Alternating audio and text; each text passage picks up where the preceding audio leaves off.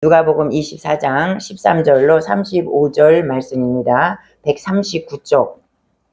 누가복음 24장 13절로 35절까지 좀 많기는 많은데 우리 부활절이니까 우리 성경 말씀 이렇게 우리 한 절씩 교독하면서 읽기로 하겠습니다.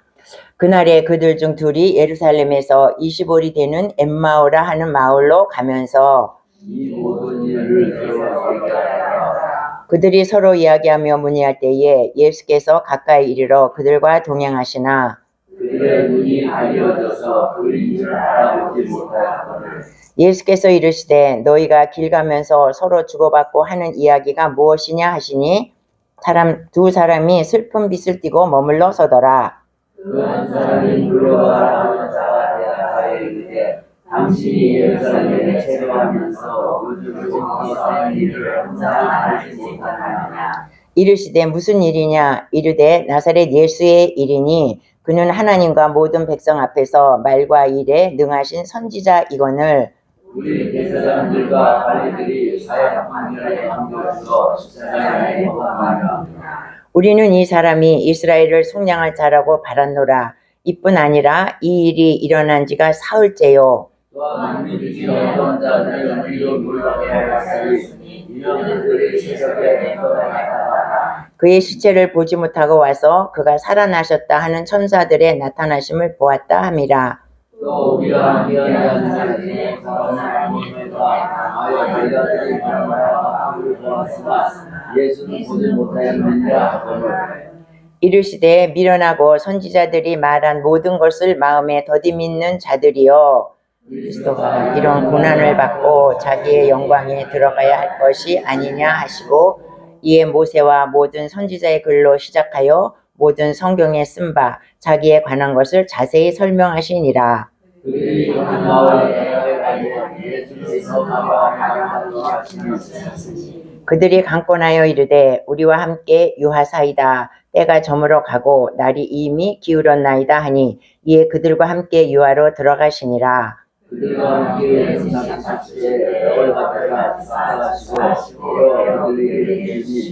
그들의 눈이 밝아져 그인 줄 알아보더니 예수는 그들에게 보이지 아니하시더라.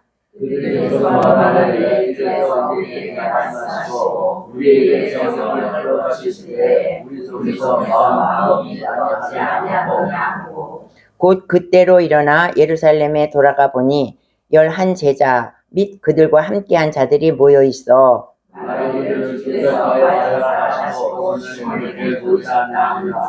두 사람도 길에서 된 일과 예수께서 떡을 떼심으로 자기들에게 알려주신 것을 말하더라. 아멘. 예수님이 부활하셨습니다. 아멘. 예수님 부활의 은혜가 예수님의 부활의 능력이 여러분에게 임하시기를 축원합니다. 우리 옆 사람과 인사하시겠습니다. 예수님 부활하셨습니다. 예수님 부활하셨습니다. 네. 우리가 그 기독교에 절기가 두 개가 있죠. 큰 절기가 부활절과 성탄절입니다. 기독교에서 가장 중요하게 여기는 것이 부활절과 성탄절, 양대 산맥이라 할 수 있을 정도로 큰 절기인데 보통 사람들은 성탄절이 오면은 막 한 달 전부터 성탄절의 기쁨을 맛보고 성탄절을 즐겁게 지내고 성탄절이 뭔가가 들떠 있으면서 성탄절을 굉장히 크게 지킵니다. 그런데 부활절은 이 부활한 날 요 하루만 우리가 부활절을 지키고 또 잊어버려요. 그런데 우리가 이렇게 그래서 이제 사람들이 이렇게 보면은 믿는 자나 믿지 않는 자나 보면 성탄절이 그 기독교에서는 성탄절이 굉장히 큰 절기구나. 더 성탄절에 무게를 두고 중점을 두는구나. 이렇게 말할 수가 있습니다. 그러나 성경을 보면 성경은 그렇지가 않아요. 성경은 이 예수님의 공생애가 3년 반이죠. 3년 반 공생애 기간 동안에 후반부의 공생의 마지막 부분, 그 마지막 부분에 굉장히 중점적으로 얘기를 하고 있습니다. 공생의 마지막 부분이라는 것은 뭐냐면 예수님이 잡히시고 고난당하시고 죽으시고 부활하신 것. 안 들려요? 이게 안 들려? 안 들려?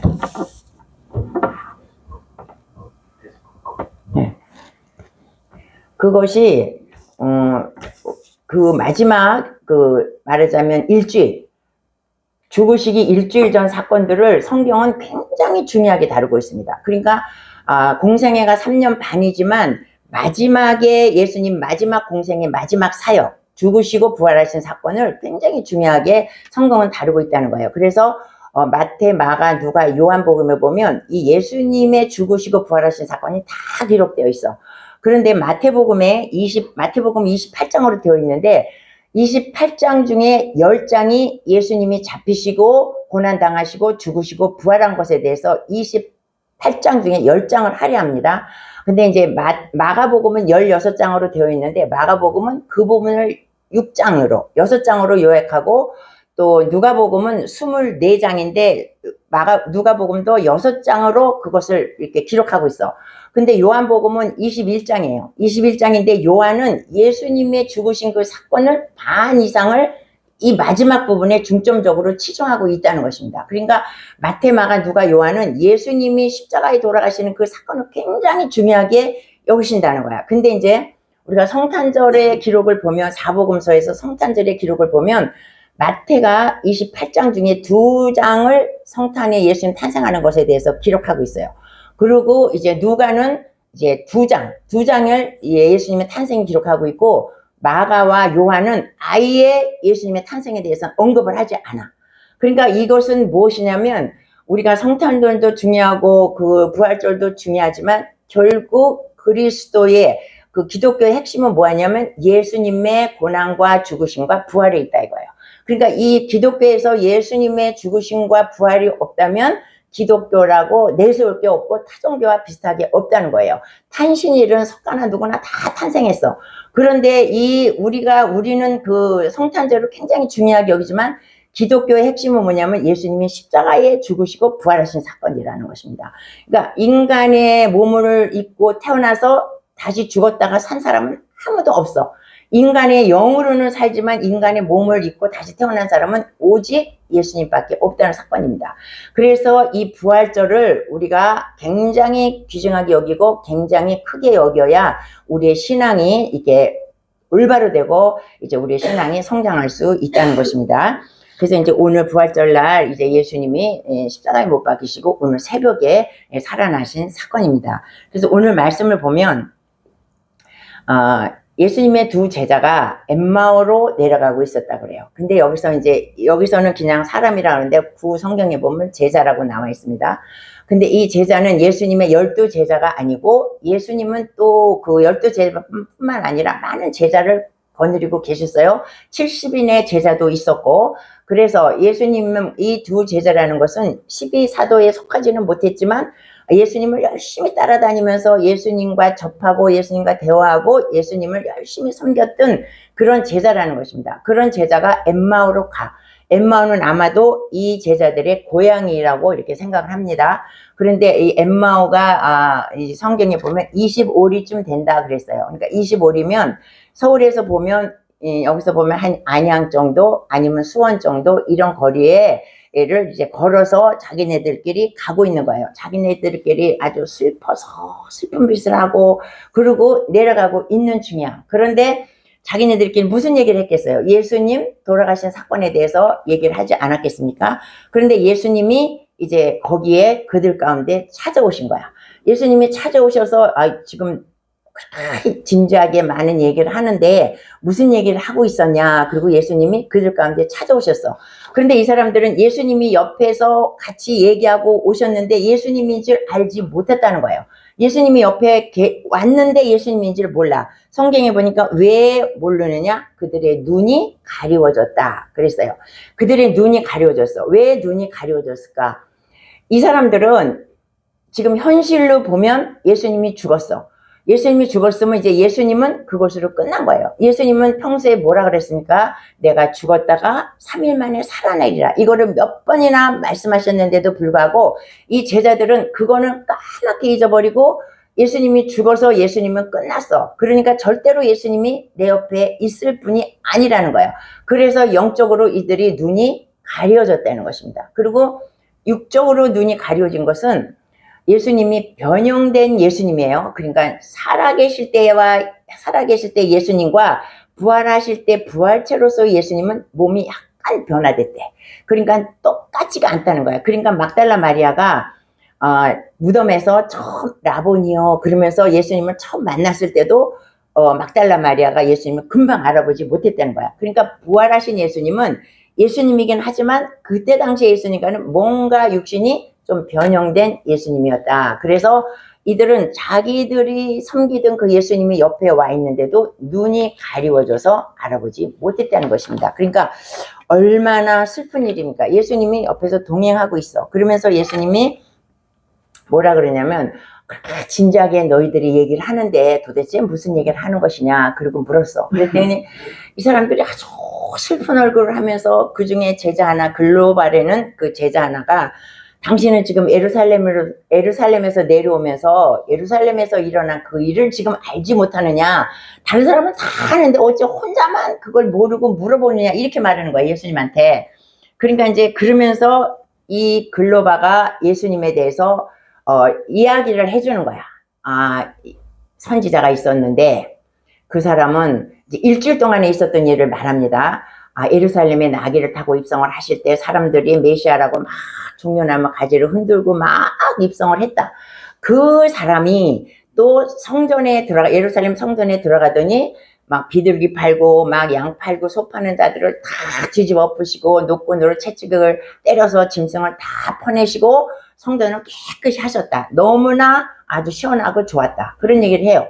그러는데 그 예수님의 제자인 가룟 유다가 배반을 하고 죽었다. 이런 얘기도 하고, 그런데 그 예수님이 빌라도의 뜰에 가서 고난을 받고 십자가에 못 박혀 죽었다. 이 얘기를 하는 것이에요. 그러면서 그 사람이 누구냐?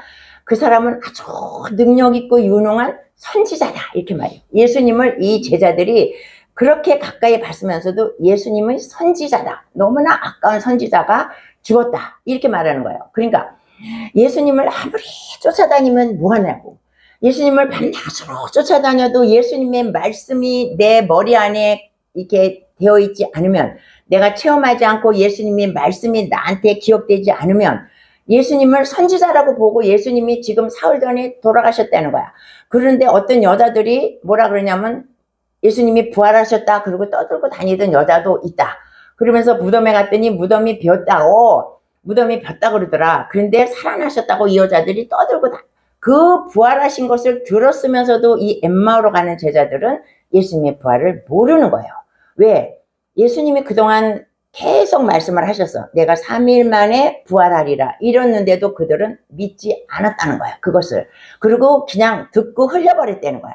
그러니까 말씀 앞에 올바로 서 있지 못하기 때문에 이들은 예수님이 계신 대로 불구하고 예수님이 오신 거를 모르는 거예요. 그러니까 예수님이 이제 그 선지자가 죽었다, 너무 아까운 선지자가 죽었다 그러면서 막 슬픈 빛을 하면서 예수님한테 그 얘기를 하는 거예요.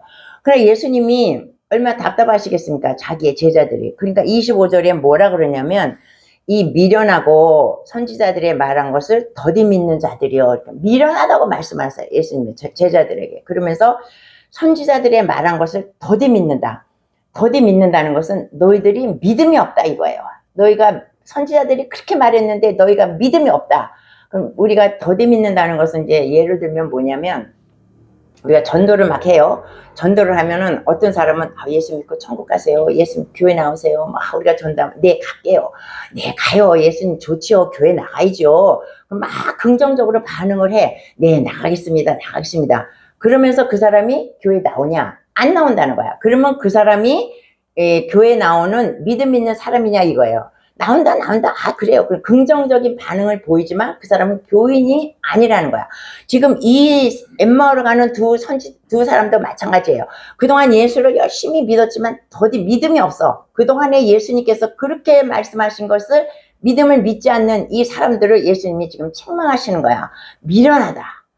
너희가 믿음이 없다. 이렇게 책망을 하시면서 예수님께서 이제 드디어 말씀을 하시는 것입니다. 그러면서 모세의 말씀에 또 선지자가 말씀하시기를 그리스도가 이 땅에 오시면 고난을 받고 3일 만에 부활하고 그의 영광에 들어간다는 말을 너희가 듣지 않았느냐? 그거를 이제 예수님께서 말씀을 하시면서 이제 예수님에 관한 거를 이 제자들에게 쫙 말해준다. 그러니까 여기서 예를 들어서 안양까지 걸어가는 거예요. 안양까지 걸어가는데 걸어가는 동안 예수님께서 많은 성경의 말씀을 예수 그리스도의 메시아에 된 그런 말씀을 말씀해 주셨다는 것입니다.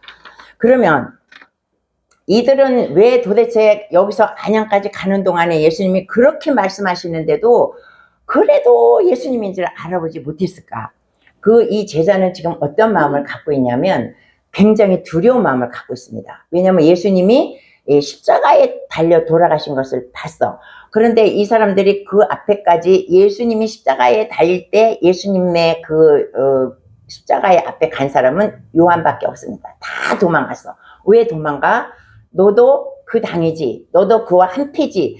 그렇게 자기를 찝으면 자기도 십자가에 못 박힐까 두려워서 예수가 한편이 아니라는 것을 나타내기 위해서 다 도망간 거예요. 그러니까 이 제자들도 두려운 마음이 있어. 내가 예수와 같이 가 있다가 내가 같은 당이라고 하면 나를 십자가에 못 박겠구나 해서 이 사람도 지금 이 엠마오로 막 도망을 가는 길입니다. 그러니까 이 사람의 눈에는 지금 예수가 자기 당이라고 할까봐 도망가는 그런 두려움이 있어. 그래서 예수가 와도 알지 못하는 것입니다. 베드로도 마찬가지예요. 베드로는 어떤 사람이야? 수제자야. 그리고 믿음도 있고 배짱도 있는 사람이야. 그래서 예수님 앞에 뭐라 그랬습니까? 그 전날에 일주일 전에 뭐라 그랬까? 나는 죽을지언정 절대로 나는 예수님을 부인하지 않겠다. 이렇게 말했어요. 이것은 이 베드로의 진심입니다. 정말 죽을지언정 나는 예수님을 끝까지 따라간다는 것이 이 사람의 진심이야. 근데 이 베드로도 부인하지 않았습니까? 왜? 빌라도에 들어갔는데 계집종이 너도 같은 패지 그렇게 말할 때에 이 베드로는 자기의 허를 확 찔린 거야. 그러니까 두려움이 확 들어와서 내가 같은 패라고 했다면 나도 죽겠구나. 사람이 순간적으로 그런 마음이 확 들어오는 것입니다. 그러니까 나는 아니다. 그렇게 일단 말을 했어요. 그리고 베드로도 자기가 십자가에 못 박혀서 죽을까봐 겁이 확 난 거야. 그래서 부인하고 저주하고 맹세까지 했다는 것입니다.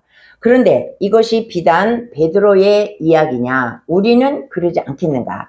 우리도 이제 보통 어떤 사람들하고 얘기할 때 내가 약간 어떤 그 찔리는 구석이나 내가 좀 어떤 그런 것이 있을 때 그 사람이 나의 잘못을 확 찌르면 우리도 순간적으로 나의 마음과는 다르게 말이 나갈 때가 있어요. 나의 마음과는 다르게 내가 어떤 말을 내뱉을 수가 있어. 그 말을 하고 나서 내가 말 실수했구나. 그 말을 하면 안 되는데 그 말을 했구나. 우리가 그럴 때가 있다는 것입니다. 그러니까 갑자기 누가 나의 허를 탁 찌를 때 그때 내가 이렇게 대답할 수가 있다는 거예요. 베드로처럼.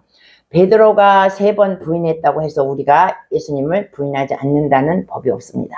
베드로의 마음은 진실이었어. 부인하지 않겠다. 나는 정말 죽을지언정 예수를 부인하지 않겠다. 그의 마음이었지만 허를 찔렀을 때 그것이 이 속에 있는 것이 다 드러나고 말을 떼는 거예요. 그래서 우리가 이것을 조심해야 될 부분입니다. 그래서 환경을 보고 거기에 두려움, 나도 십자가에 죽겠구나 하는 환경을 보고 베드로가 부인을 했다는 거야. 모세가 가나안을 정탐할 때 12명의 정탐꾼을 보내지 않았습니까? 그들이 가서 정탐할 것은 무엇이냐면 하나님께서 이미 가나안 땅을 너에게 주겠다고 약속을 하셨습니다.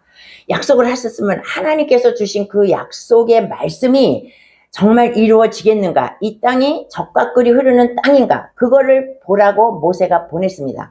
그런데 이 사람들은 그것을 믿음의 눈으로 보질 않았어. 갔더니 뭐가 있어요? 큰 사람이 있었던 거야. 고인들이 막 수도 없이 돌아다니는 거야. 막 등치가 막 이만하고 막 키가 크고 장대한 사람, 네피림의 후손들이 그들 앞에 돌아다니는 걸 보고 겁이 그냥 확 났어. 이 10명의 그 정탐꾼들이 그 큰 사람들보다 10명의 정탐꾼들이 다 겁이 났어. 그래서 우리는 이들과 싸워서는 절대로 이길 수 없다. 우리는 메뚜기다. 이 사람은 장군이고 우리는 메뚜기다. 우리는 도저히 싸울 수 없다. 그래서 그 사람들이 가서 그렇게 보고를 한 것입니다. 이 사람들이 각 지파의 우두머리야. 각 지파에서 가장 대표적인 사람씩 한 사람을 선택했는데 그 사람들이 나는 메뚜기야. 스스로 이렇게 한 것입니다. 왜? 환경을 바라봤기 때문에 그렇습니다. 그러니까 우리의 환경이 그렇게 우리를 자극하지 않도록 우리는 믿음으로 단단히 서 있어야 되는 거야. 날마다 우리가 말씀하지 않습니까? 환경을 바라보지 말고 환경 너머에 계시는 하나님을 바라봐야 된다고 하지만 이 사람들도 다 믿음이 있는 사람들이야. 베드로도 그렇고 글로바도 그렇고 이 10명의 정탐꾼들도 다 믿음의 사람들이었지만 이 사람들이 환경 앞에서 다 무너졌다는 거예요. 환경이 나를 엄습할 때 나는 다 무너져. 우리 인간이. 그러니까 우리가 어떤 환경이 닥쳤을 때 그 환경을 넘어서는 것이 얼마나 그 힘든 일인가 그것을 생각하시고 우리가 그렇기 때문에 말씀과 기도로 늘 우리가 무장해 있어야 어떤 어려운 환경이 닥쳤을 때 우리가 이런 실수를 하지 않는다는 것입니다. 그래서 이 지금 제자들의 마음이 이런 마음으로 꽉 닫혀 있는 거예요. 두려운 마음, 예수는 죽었다. 그리고 이제 내가 그동안에 섬기던 예수는 죽었다. 그리고 실망하기 때문에 예수님이 옆에 와서 있어도 예수님인지 알지 못하는 것이에요. 그리고 이제 이 사람들이 또 예수님을 알지 못하는 이유는 뭐냐면 유대인들의 잘못된 메시아관입니다. 이것이 우리 계속 나오죠. 유대인들의 메시아는 어때요? 첫째, 로마의 압제에서 해방시켜 줄 자, 우리를 경제적으로 부유하게 해줄 자, 우리의 문제를 해결해 줄 자, 어떠한 초능력 자연적인 그러한 사람이 와서 우리의 모든 문제를 해결해 줄 자가 메시아다. 이들은 이거를 생각하고 있었던 거야. 근데 메시아는 어떤 사람이에요? 메시아는 인류를 구원하고 메시아는 하나님의 뜻을 이루는 것이 메시아라는 거야.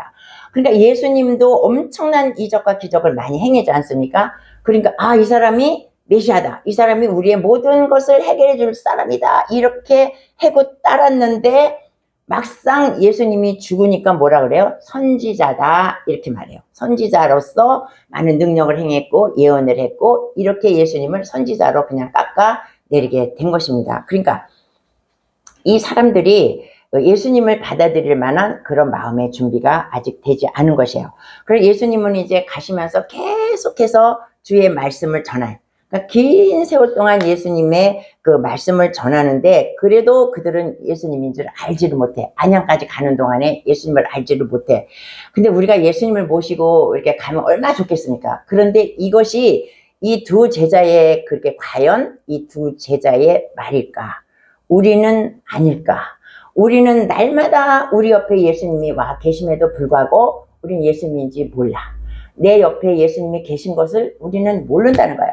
우리는 성령을 보내주셨잖아. 우리 안에. 성령이 내 안에 늘 내주하고 계신데 우리가 환경이 어렵고 힘들 때는 예수님이 나를 버린 것 같고 나는 예수님과 같이 동행하는 사람이 아니라고 우리도 그렇게 생각합니다. 그러니까 이 글로바와 이 제자들 두 제자가 예수님을 모른다는 것은 이것은 결국 우리도 예수님을 같이 모시고 살지만 우리도 예수님을 몰라본다는 것입니다. 그래서 이제 이 제자들이 근데 이제 말씀을 들으니까 막 속에서 막 이렇게 막 희망이 돋고 예수님의 말씀을 들으니까 막 뜨거워지는 거예요. 말씀이 뜨거워지는 거예요. 그러니까 예수님이 이제 저녁 때가 다 돼서 엠마오에 도착을 했어. 그러니까 예수님이 나는 가겠다. 그러니까 이 사람들이 막 강권적으로 우리 집에 가서 식사하십시다. 우리 집에 가서 식사하십시다. 그리고 막 예수님을 막 강권적으로 끌어서 집으로 모시는 거예요. 왜 모셨겠어? 예수님의 말씀이 너무 좋았기 때문에. 안 좋았겠어요? 예수님이 계신데. 그리고 예수님을 모시고 이제 집에 들어갔습니다. 그래서 이제 식탁을 마련해. 그래서 식탁을 마련해서 같이 밥을 먹는데 유대인들은 저녁 식사를 한 2시간 정도 한대요.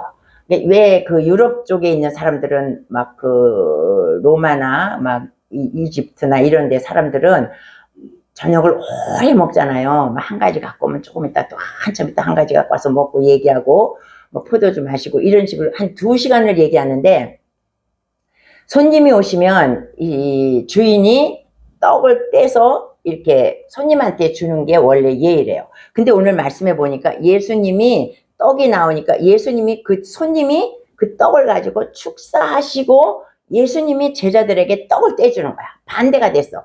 일반 유대인들은 주인이 떡을 떼줘야 되는데 예수님이 축사하시고 이 두 사람에게 두 제자에게 떡을 떼줬어. 그러니까 떡을 떼줬을 때 뭐예요? 밥을 먹고 떡을 떼주는데 떡을 떼줄 때 그들의 눈이 밝아졌다 그랬어. 그들의 눈이 밝아져서 예수님인 줄 그때 알아본 거야. 그래 여기서 뭐를 말하냐면 성찬의 떡을 주는 예수님이 이 사람 제자들에게 성찬의 떡을 띄워주는 겁니다. 그러니까 성찬의 떡을 이 사람들이 띄고 성찬을 대했을 때 이 영안의 눈이 활짝 띄었다는 거야. 그러니까 우리가 날마다 이 성찬을 하지만은 이 성찬이 얼마나 중요한 것인가를 우리에게 다시 한번 보여줍니다. 그러니까 성찬은 뭐예요? 예수님의 살과 예수님의 피를 내가 대하는 거야. 그러니까 내 안에 예수님이 들어오신 거야. 내 안에 예수님이 들어오시니까 이들이 그때서야 예수님을 영안의 눈이 열려서 예수님을 알아봤다는 거야. 그러니까 우리가 성찬을 대할 때 주일마다 날마다 이렇게 형식적으로 대하는 성찬이 아니라 우리가 정말로 이것이 정말 예수님의 살이고 예수님의 피고 예수님이 나와 함께 하신다는 그 마음을 가지고 우리가 성찬을 대하시기 바랍니다. 우리가 그렇게 성찬을 대할 때 나의 눈이 밝아졌다 그랬어. 나의 눈이 그런 성찬을 대할 때 나의 눈이 떠졌다는 것입니다. 그래서 그 예수님이 이들이 이제서야 성찬의 떡을 떼고 이제서야 이분이 예수님이라는 거 그때서야 아는 거야. 몇 시간이 지났겠어요? 그때서야 이들이 비록 이제 예수님이 예수님이라는 걸 알았어. 그리고 예수님이라는 걸 알고 보니까 예수님 벌써 없어지신 거야. 예수님 벌써 시공을 초월하시는 예수님이기 때문에 이들이 예수님의 눈을 뜨자 그냥 바로 없어진 것입니다. 그러니까 이들이 예수님이었구나. 그래서 둘이 이제 또 대화를 하겠죠. 그러면서 이들이 뭐라 그러냐면 예수님이 우리에게 말씀을 전해주실 때에 우리의 마음이 뜨겁지 않았느냐 이래. 그러니까 말씀을 들으면서 이들의 마음이 뜨거웠다는 거예요. 그러니까 이 말씀을 들으면서 이 사람은 마음이 뜨거웠기 때문에 예수님을 자꾸 가서 자기 집까지 가서 식사 대접을 한 거야. 그 마음이 뜨거웠기 때문에 식사 대접까지 이 제자들이 하게 된 것입니다. 그래서 우리가 우리는 이렇게 말씀을 들을 때 우리의 마음이 뜨거워져야 되고 우리가 말씀을 볼 때 우리의 마음이 뜨거워져야 해요. 말씀이 뭐냐면 말씀이 예수님이기 때문에 그렇습니다. 그러니까 흰 것은 종이고 까만 것은 글씨고 이렇게 보면 안 되고 예수님 그 말씀을 보면서 마음이 뜨거워지면서 이것이 예수님의 말씀이다. 이렇게 우리가 그것을 느낄 수 있고 마음이 뜨거워져야 돼요. 말씀을 들을 때도 마찬가지입니다. 우리가 요한복음 5장 39절 한번 보겠습니다. 다 같이 너희가 성경에서 영생을 얻을 줄 생각하고 성경을 연구하거니와 이 성경이 곧 내게 대하여 증언하는 것이로다. 이렇게 말씀하셨습니다. 뭐예요? 성경이 곧 예수님을 증언하는 것이다. 이렇게 말해요. 성경은 뭐냐면 이 성경은 예수님이라는 거야. 그러니까 성경 안에 답이 다 있어. 성경 안에 길이 있고 성경 안에 예수님을 만나는 그 방법이 성경 안에 다 있다는 거야. 그러니까 이 사람이 예수님의 말씀을 전했을 때 마음이 뜨거워졌다는 거예요. 우리가 마틴 루터가 그 종교 개혁을 하지 않았습니까? 마틴 루터는 어떤 사람이냐면 구약을 연구하는 아주 당대 최고의 구약학자예요. 그래서 이 사람이 구약을 막 연구하다가 이 성경 안에서 예수님을 만났대요. 성경 안에서 예수님을 만나고 나서는 이 예수님을 많은 성도들이 이 예수님을 만나게 해야 되겠다. 그래서 이제 성경을 이제 번역하기 시작했다는 것입니다. 근데 그때 당시에는 많은 사람들이 성경을 갖고 있지도 않았고 성경을 읽을 줄도 몰랐고 다만 사제들 또한 이 성경을 연구하는 이 사람들만 성경을 가지고 있었고 성경을 알았던 거야. 그래 그 사람을 통해서 성경 말씀을 배웠다는 것이죠. 그러니까 마틴 루터는 이것이 아니다. 성경을 말씀을 풀어서 책으로 만들어서 모든 사람이 보게 해야 되겠다. 이래서 마틴 루터가 이제 성경을 번역하기 시작했어요.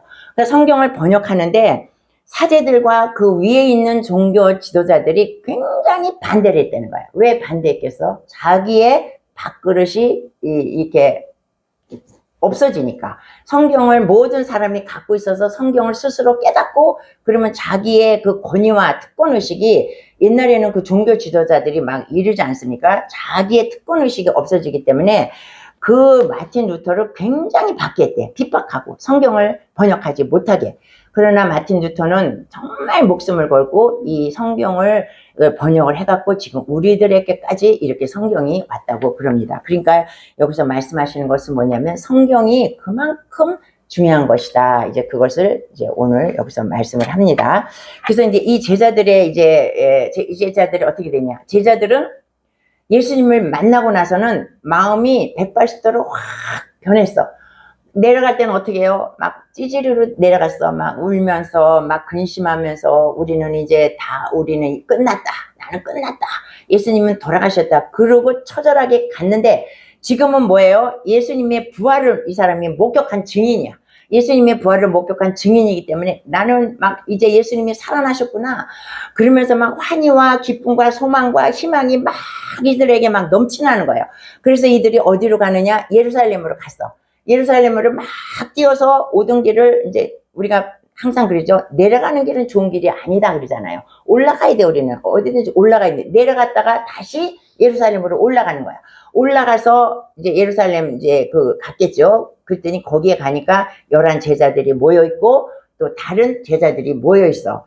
그래서 이들이 가니까 말하기를 예수님이 부활하셨다 이렇게 말씀을 하세요. 제자들이. 그리고 그 예수님이 베드로에게 나타나셨다. 예수 부활한 것을 그들도 알고 말씀하고 있었다는 거야. 그러니까 이 사람들도 이제 얘기를 하는 거야. 예수님과 이렇게 그동안에 한 일을 하고 예수님이 떡을 떼어주실 때 우리의 눈이 밝아져서 우리가 예수님을 만났다. 예수님이 부활하셨다. 이러면서 자기의 부활하신 간증을 이 두 제자가 하게 되는 것입니다. 그러니까 이제 이 두 제자는 예수님의 부활을 본 증인이 된 것이야. 그러니까 이 사람들 마음 가운데는 예수님이 부활하셨다 이거를 막 외쳐야 되는 거야. 막 그것이 하고 싶어서 막 어쩔 줄 모르는 거야. 예수님이 부활하셨다. 내가 예수님의 부활하신 증인이다. 이것을 막 외치고 막 싶은 거야 이 사람들. 그러니까 우리가 예수님을 만나기 전과 예수님을 만난 후에는 우리의 신앙이 달라지죠. 그래서 길거리에서 전도하는 사람, 막 미친 사람 소리를 들으면서도 예수 전도하는 사람 왜 그래요? 속에서 막 예수님이 살아계시고 예수님은 메시아고 이거를 막 전해주고 싶은 거야. 그러니까 막 길거리에 가면서 막 미친 소리 들어가면서도 예수님을 증거하는 것입니다.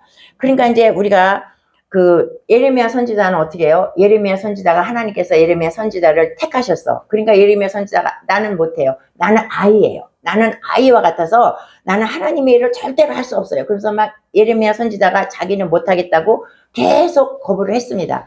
그런데 이제 막상 선지자가 되고 보니까 예레미야가 뭐라 그래요? 우리 태필림 복음에서 날마다 읽지 않습니까?